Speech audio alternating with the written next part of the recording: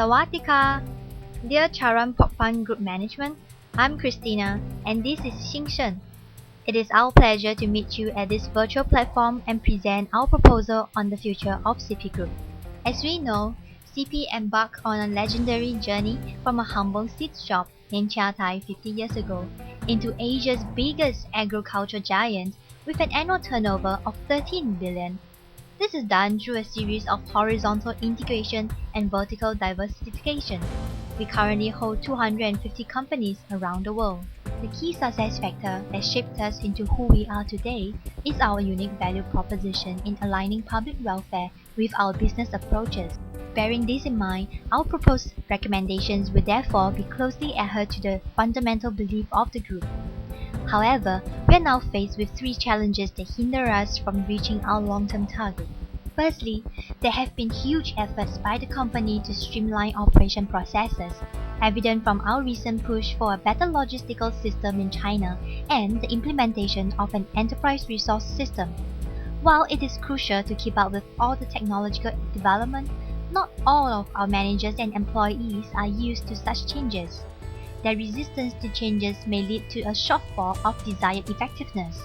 So, how to ensure a smooth transition? Secondly is the challenge of upgrading the competency of management. Currently, CP Group is controlled mainly by our family members. This may lead to the lack of efficiency in selecting the suitable leaders. Management also lacks the motivation to continue upgrading ourselves as we are protected with the existence of family bonds. Furthermore, CP Group lacks outside talents to help to manage our businesses. Without a competent and efficient management team, the businesses may fail and employees will not be productive as depleted by the collapsed houses and foreign soldiers. Thirdly, with various macroeconomic factors and the two challenges we just mentioned, there will certainly be rigorous changes seen in the near future. However, learning from our own history, CP Group expanded too big and too fast, which resulted in the termination of several business lines and the loss of profit during the 1997 recession. Thus, we see a need not to aggressively invest, but to strengthen what we have.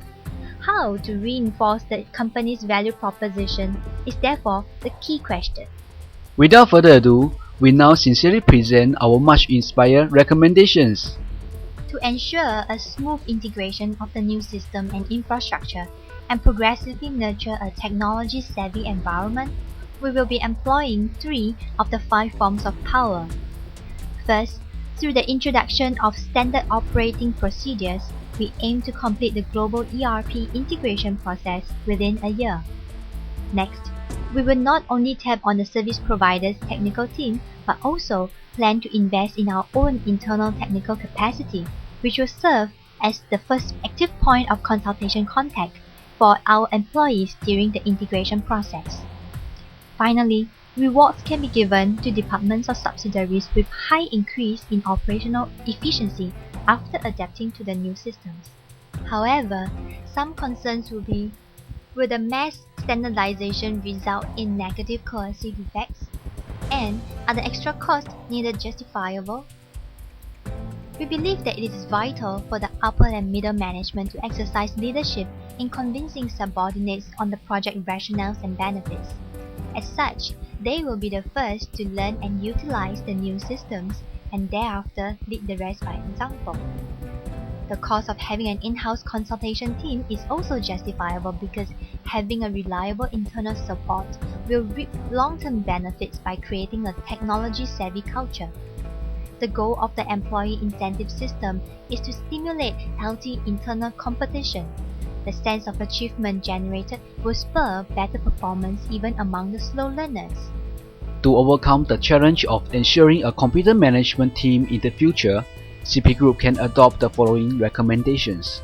First, CP Group can set up a scholarship program to sponsor talented students for their studies. These graduated students are then recruited and trained to take out leadership role in the organizations. CP Group should also practice meritocracy in the organization, where employees are motivated to work hard and improve themselves in order to get promoted. A performance tracking system should also be introduced and track the performance of individual managers. This will ensure transparency and competency. Finally, we will have to implement a proper management development and succession plan. All third-generation leaders will be undergoing a period of basic job training, supervisory training, and managerial training. Through these trainings, the third-generation leaders will be competent and capable of leading the CP Group to greater heights. Furthermore, job rotation should be practiced among the new generation of managers. This will ensure that these managers not only understand their own business group, they will have a comprehensive understanding of other business groups in the organizations. With such plans, CP Group managers are able to discharge the duty with high level of competency. With these recommendations, the pros far outweigh the cons, even though CP Group will have to incur higher costs for such implementations and the effect may not be achieved instantly. Over the long run, CP Group will benefit by having a more competent management team, higher efficiency workforce, and greater profits for the group. Fantastic! As mentioned, one of our targets is to achieve business sustainability in the long run. This could be done with the following 3 approaches. 1. Focusing on core businesses to maximize resources and efficiency. 2. Constant innovation on not only business processes but also R&D in safe food handling and active promotion of animal welfare. 3. We identify the need for greater push for marketing and PR. Just as Virgin and Johnson & Johnson, these brands gain their strong footing in many businesses based on their brand equity. We aim to acquire more of such a powerful intangible asset.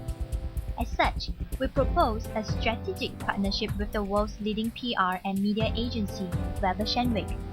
With a range of services and notable clients, they will prove to be a strong brand builder for CP and a reliable partner in joint projects in the future. With specialist aid from Weber Shandwick, we will establish a clear brand positioning as the #1 agri-food provider in Asia and the pioneer in non-genetically modified food products.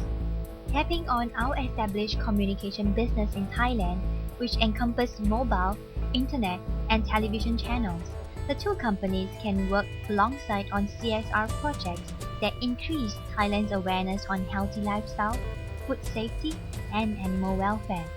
This can be done through TV documentaries and internet campaigns, leveraging on the rise of IT and media platforms. We advocate the new partnership based on its passing of the following 4 criteria. Firstly, the efforts and outcomes of this partnership align with our company ethos, which is to do good for the community. Also, this helps to promote sustainability of the company as a whole through strong brand equity and thereby generating more profits for our various businesses. Lastly, we see a match between Weber Shandwick's competency and our telecommunication resources and network.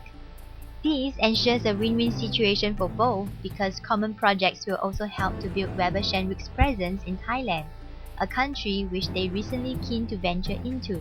We projected that the revenue of CP Group may be affected during the first 2 years. Projected revenue will be stagnant during this period of transition. However, due to the increase in efficiency, costs will drop and profit margin increases. Most importantly, in the long run, the projected revenue and profit margins will increase from 2003 onwards. There are a few key risks we must identify and mitigate. The first risk is in terms of financial during the period of transition. Revenue may be affected as more efforts are put in place to implement changes. However, this risk can be mitigated and offset with higher revenue in the near future. The second risk is the resistance to change of the management team.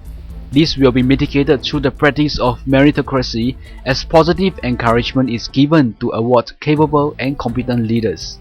The third risk is the risk of us losing control of CP Group. With more talents introduced into the management team, our controlling power may be diversified. However, this risk can be mitigated by us with continual upgrading of our managerial skills so as to stay competent for our management positions. With all the recommendations provided, we strongly believe that CP Group will be able to upgrade its management competency, improve business efficiency, strengthen brand equity, and ultimately creating business sustainability.